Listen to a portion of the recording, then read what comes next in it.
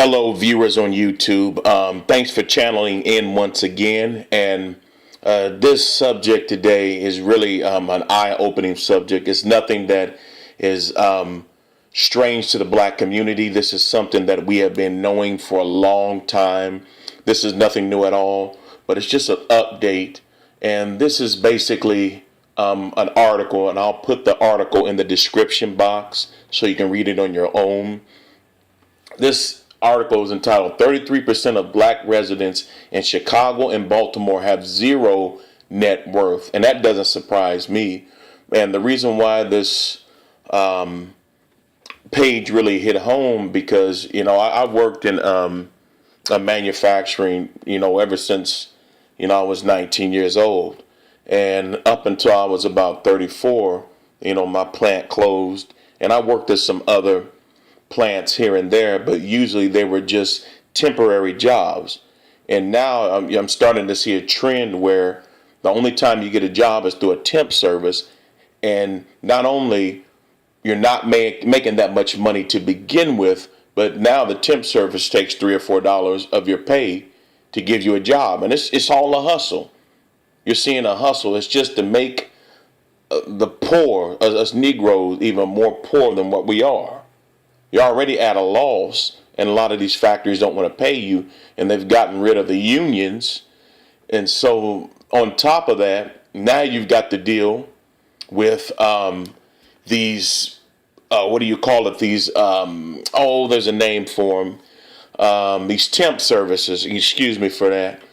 And it's kind of funny, why did you even get rid of the unions and then replace them with temp services? Because all the temp services are doing is what the union was doing, taking money.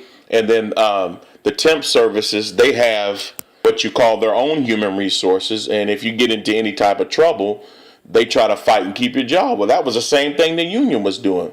But with the union kind of fought a little bit more. They wouldn't swallow everything that these businesses wanted them to swallow. So their answer to a union was these temp services, and the temp services are pretty much do whatever the company says. So that was the loss for us and the gain for them. And that's all a temp service is. It's just its own union type of entity where it gets you the job and shaves some money off your the top of what you're making. And exactly what the unions were doing. To get back on focus, I'm going to read this article and show you another article, that the wealth gap between so-called African Americans and so-called white people. And according to the responses given by black residents in Chicago and Baltimore, a staggering 1 out of every 3 citizens has no liquid assets on hand in the event of job loss or medical emergencies.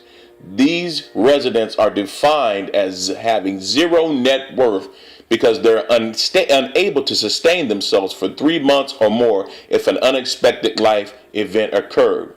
When the financial resources of white residents in these 2 cities were analyzed, only 15% of them would fall into the zero net worth category.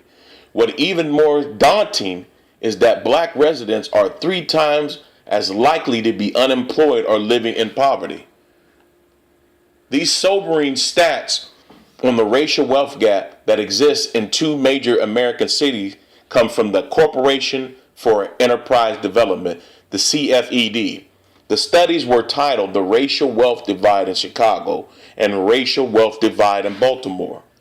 According to Diedrich Ashanti Muhammad of the CFED, the organization will be diligently working in both of these cities to build the capacity of local nonprofits led by people of color serving people of color, as these organizations are on the front lines of addressing the most pressing needs. The cost of doing the research and generating the reports done by the CFED was financed by J.P. Morgan Chase, which, that's not going to help us. Anytime you have your enemy backing you in something, it's going to lead to more poverty. You cannot trust these corporations that have put us in poverty to get you out of poverty. But that's another topic. In an effort to help communities of color generate and build wealth, the nonprofit also receives help with the studies from the Center of the Public and Nonprofit Leadership at Georgetown University McCourt School of Public Policy. In the press release, the head of J.P. Morgan Chase's Office of Nonprofit Engagement, Naomi Camper, said progress requires a strong infrastructure of local and trusted nonprofit leaders of color who have resource and to take. And these people are not going to help us. They're not going to help you. They're bought and paid. A lot of them are parts of sororities, and sororities are nothing more than a starter kit for the black boule. They're not going to help. The only thing that's going to get black folks out of our trouble is the Most High Yahweh and His Son Yahweh Shai. That's the only thing that's going to save us. And so I'm going to get you another financial report showing you the wealth gap between black people and white people in America. And this is the Huffington Post. The black-white wealth gap has reached a 24-year high. The economy is recovering, but not the bottom line for black Americans, according to new figures from the Pew Research Center. The median wealth of black households dropped an astonishing 34% from 2010 to 2013. According to the Pew's analysis of Federal Reserve data, that of white households grew slightly over the same period. In dollars, that meant that the median white household was worth $141,900, while the median black household was worth just $11,000. Wealth was defined here as the difference between the value of a household's assets, like a house stocks, and its liabilities. And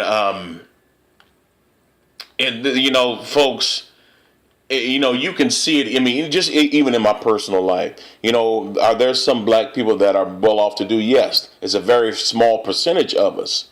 And most of them are limited in helping us.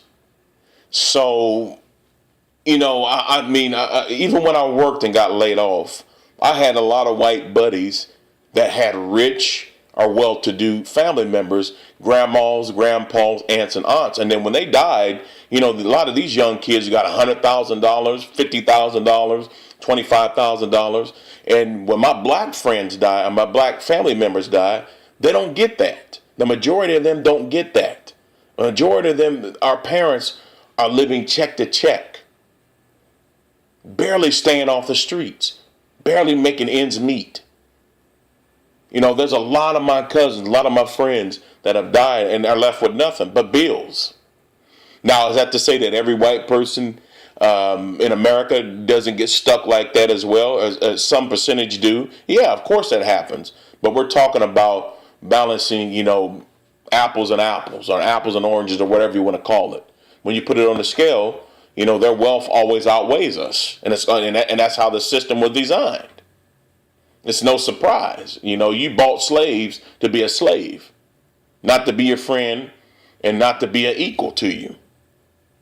That's what a slave is, somebody who's beneath you, and he works for free by force. So I'm getting ready to close out with that, but I just wanted to see this alarming gap in wealth, and some people need to see it over and over again, especially our people, to sink in that, America is not our resting place. And so with that being said, so long.